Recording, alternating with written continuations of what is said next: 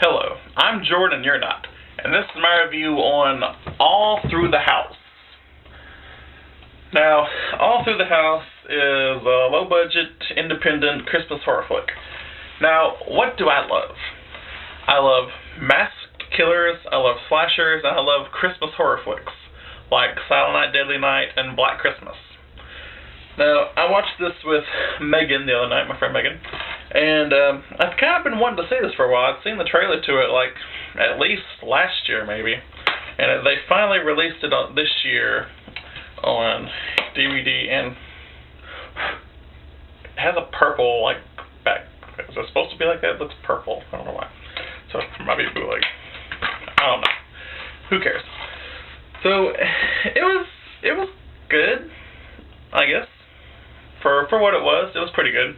I mean, I don't think it's one of the best Christmas horror movies I've seen, but it was alright. You know, anything beats Dismembering Christmas. Like, I feel like that and Santa Claus Conquers the Martians, those are probably some of the worst Christmas movies ever. So, of course, the killer is wearing a Santa mask, but it's like a silvery gray looking Santa mask. Who even finds that unless they have to make it? So it says, you know, it tries to bring back, you know, the feel of the 1980s horror movies, and in a way it kind of does. It reminded me of Sleepaway Camp, and there's one part that reminded me of a Texas Chainsaw 3D, but that was made a few years back, 2012 I think, so not. The original was made in 1970, so it's kind of, who cares? Alright, so we got Rachel and her friends, I think it's Sheila and Gia or something.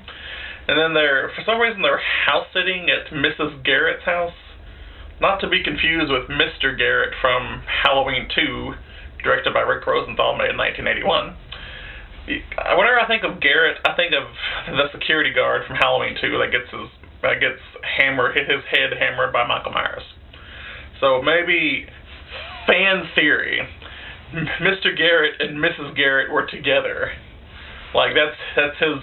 This is his wife in this movie. So Halloween 2 is connected to All Through the House. I'm gonna start a fan theory because all fan theories are correct. Like all those redonkulous Star Wars theories. Okay, so like way back, like 15 years before the movie takes place, this little girl named Jamie goes missing. 15 years later, which is supposed to be Mrs. Garrett's daughter. Then 15 years later, Mrs. Garrett is like this crazy Christmas-loving freak, and she has like all these mannequins everywhere. These are some creepy ass mannequins, like Dead Silence, dolls like that. That scares me. Like slashers, they don't scare me, but just seeing like a doll in the dark, that like a creepy looking doll like in a corner, just like if it was like just not doing nothing, that scares the crap out of me. It's like that I was telling Megan, looked like that doll from that video. I feel fantastic. Watch, now the killer, the serial killer who made that video is gonna come after me now. Shit. Okay, so the killer uses gardening shears, and for some reason he only kills couples that are about to have sexy sex. And for some reason the girls go off to the bathroom, and then he kills them there, and then the guys are just laying in bed with their junk hanging out, and then Santa cuts their dick off. That's not cool. You don't cut another man's dick off. Who does that? And it seems like, that happens maybe 2 or 3 times. Then there's like a lesbian couple, so he just kind of stabs them through the head. And then there's a backstory with Rachel trying to find out her mom went missing, or I think her mom went missing, or I don't know. I didn't pay attention. So yeah, there's a side story, and then there's a whole plot twist that makes the killer and Rachel, how they're connected. Just like Michael Myers and Laurie Strode. But they're not... Oh. Never mind. So some of the kill scenes are good. Some of the gory death scenes, they're good. And then just some of the, the exposition or just them talking about stuff and things. It did kind of drag a little bit. But I'll probably watch it again next year. Every year I have to, every Christmas I got to pull out all my horror Christmas movies, all through the house now, and recently Secret Santa, Silent Night, Deadly Night, and Silent Night, and Black Christmas, the Black Christmas remake, and I'm sure I have like a lot more, but there's so many of them now. Like, there's more killer Christmas movies than there are Halloween movies now, basically.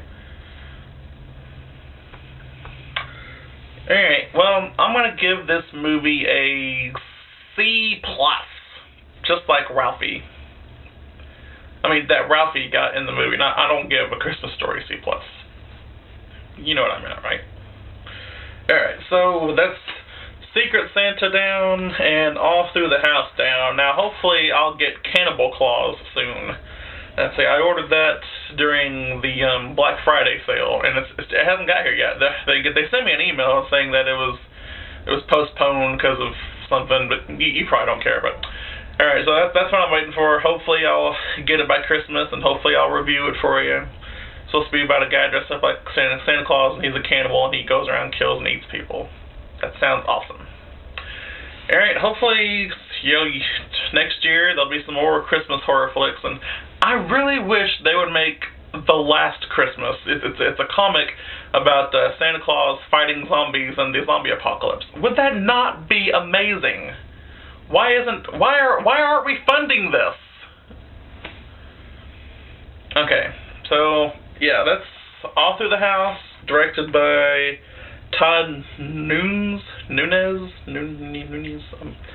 Sorry, I don't know how to pronounce your last name, Todd.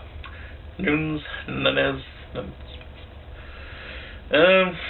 So this was made in 2015. It was released this year.